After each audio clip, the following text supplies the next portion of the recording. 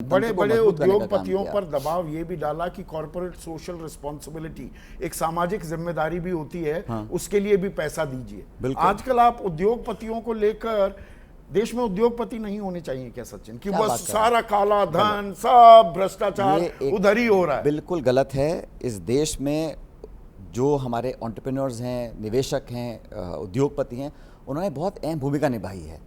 हमारा इतना मानना है कि सब लोगों के लिए एक लेवल प्लेइंग फील्ड होनी चाहिए, सब लोगों को बराबर का मौका। मित्रों की सरकार बता देते हैं राहुल गांधी, वो है। आप देखिए पिछले 8-10 सालों में जो सरकार के संसाधनों का निजीकरण हुआ है उसमें अधिकांश एक तरफा हुआ है, और इस देश के संसाधन इस देश की जनता की अमानत है।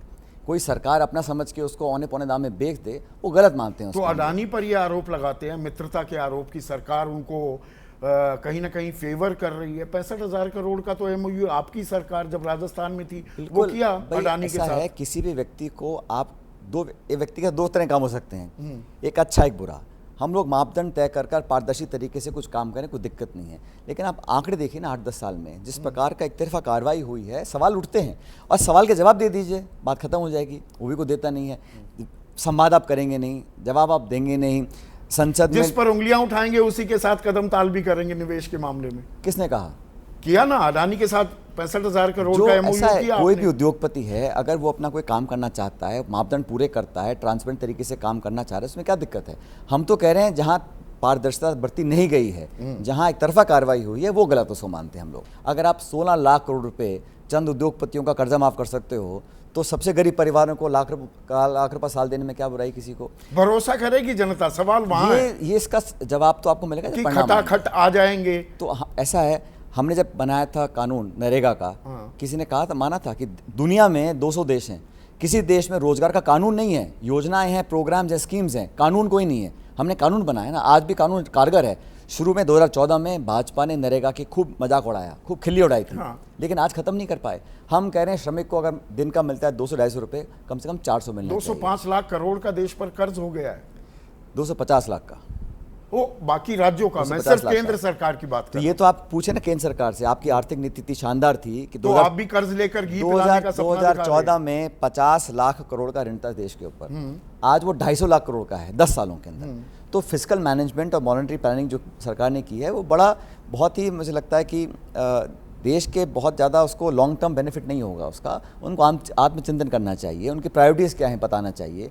हम चर्चा करना चाहते हैं उद्योग की, निवेश की, रोज़गार की, महंगाई की, चिकित्सा की, शिक्षा की, इंफ्रास्ट्रक्चर की, और वो चर्चा करना चाहते हैं धर्म की, जाति की, बिरादरी की, मस्जिद की, मंदिर की। पर आप भी तो नकल करते हैं ना, जो सवाल उठा रहे हैं अपनी जगह वो जायज़ सवाल है, मैं ये डिनाई नहीं कर रहा हूँ। आप तो हैं अभी कांग्रेस में, राहुल के साथ कंधे से कंधा मिला रहे हैं, लेकिन ज्योतिरादित्य सिंधिया, आरसीपी सिंह, जितिन प्रसाद, मिलिंद देवड़ा सब छोड़कर चले गए। छोड़ने वाला भी जो फहरिस्त है ना बहुत लंबी है। गुलाम नबी आज़ाद भी हैं। नहीं, मैं युवाओं की बात कर रहा हूं। अरे आप सुनो, तो मैं कह रहा हूँ देश में जब किसी व्यक्ति को अपना पॉलिटिकल निर्णय लेना है, उसको राजनीतिक सोच बदलनी है, तो अपना निर्णय लेता है। तो ये कहना कि इसने छोड़ा नहीं छोड़ा, सब छोड़ रहे हैं। चुनाव के समय आते हैं जाते हैं, लेकिन ये जनता तय करेगी और समय बताएगा कि उनका निर्णय सही था गलत था। बाकी हर व्यक्ति को छूट है अपना निर्णय लेने की। आपको लेकर भी सवाल उठने लगे थे, वो मानसर की रिजॉर्ट पॉलिटिक्स और फोन टैपिंग और न जाने क्या। अब वो तो अब आप सारी बात पब्लिक डोमेन में है, मैं उसमें जाना नहीं चाहता हूँ। लेकिन जो मैं चाहता था, जो मेरे इश्यूज़ थे, उनको मैंने पार्टी में डिस्कस किया, और हमारी पार्टी का मैं धन्यवाद देना चाहता हूँ नेतृत्व का। उन्होंने इश्यूज़ को टेकअप करने के बाद उस पर कमेटी बना के कार्रवाई करी। जैसे ही घड़ी का काटा दोपहर 2:30 पे आए, बबीता जी का दिल सास बहू साजिश के लिए मचल जाए। और ये है इनकी बहू, पूरे दिन ऑफिस की टेंशन हो जाए गॉन जब ये करें अपना फेवरेट शो फ्री टाइम पे ऑन। इनकी तरह आप भी देखिए अपना फेवरेट शो अपने टाइम पर, और डाउनलोड कीजिए एबीपी लाइव ऐप अपने स्मार्ट टीवी पर।